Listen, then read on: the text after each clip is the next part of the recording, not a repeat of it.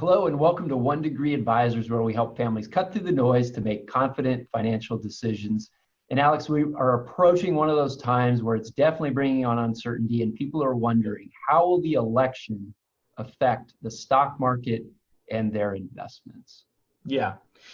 So I think one of the biggest problems we see right now, and I'm saying this regardless of your political affiliation, regardless of whether you classify as a Democrat or Republican or Libertarian, it doesn't matter, right? We're just going to look at this from a very broad approach, trying to remove emotion from it as much as we can. The biggest problem that we tend to see, especially as we head into election cycles, is people who get very nervous, very skittish, and then want to go into all cash. But here's the problem. This whole I want to wait and see approach historically doesn't work very well. Let's say, the market does go down. Okay, so you did great, you got into cash. But now when you get back in, it's not like the news is necessarily going to look very good on the way down, and you're going, yes, now's the time to invest, right? You're likely to see, I want to see things get better. And then conversely, if you're wrong, let's say the market does go straight up, now you're going to be sitting on cash on the sidelines going, well, now this didn't go the way I thought it would.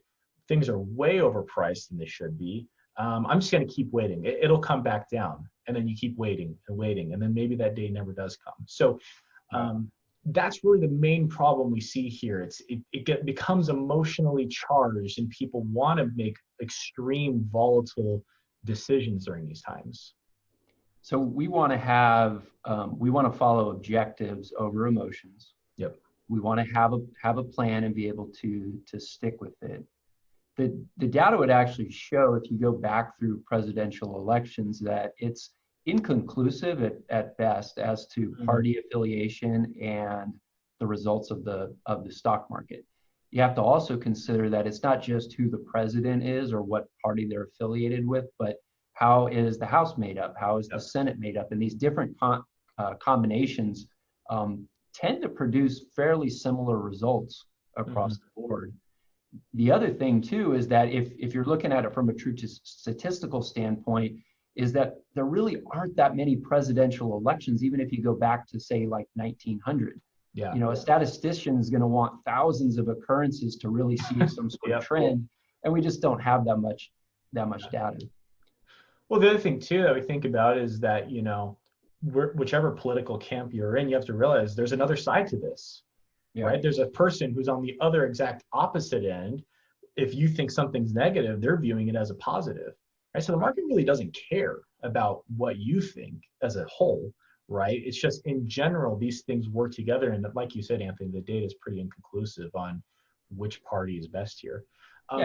And that is just, it's not saying that we don't all have our convictions as to what can propel the economy and what's good for business and overall society. We have those, and we should vote on our convictions. Yes. But the market doesn't necessarily align, especially from a right up standpoint, like, hey, this is what happened and here's what the market's going to do. Yep. So again, what we want to do is we want to go into this with a plan. And of course, you've heard us say this many times before, but the first thing you need to do is have a plan ahead of time. You simply cannot base a strategy off a feeling or, hey, this is what I think's going to happen. Make sure you get this stuff in writing. Have a strategic investment plan. Talk about it with someone else, whether that be a financial advisor or a professional, but really have a plan ahead of time. Get it in writing and stick to your guns. I'd say the second thing is stay invested, right? Even if you go, I need to dial down my risk, that can be okay, but be very careful of making big, widespread changes, right? It's one thing to say, I'm 100% invested in stocks, and now I need to go to all cash. And instead of saying, well, I'm 100% in stocks, maybe we're just going to we're going to dial it down 10% or 15%. And then, in another month or two, we'll take a look again, see how I feel and how things look, right? That's a much better way to tackle this problem than trying to rip off the Band-Aid and make all the changes just at once. Right. Yeah. So the intensity of the news is only going to pick up over the next few months. Like you said, it's important to be objective and have a plan. These are the types of things that we help people with every day to invest towards their objectives, align it with their financial plan. If you'd like to talk with us, go to our website. You can schedule a call. We'd love to talk to you.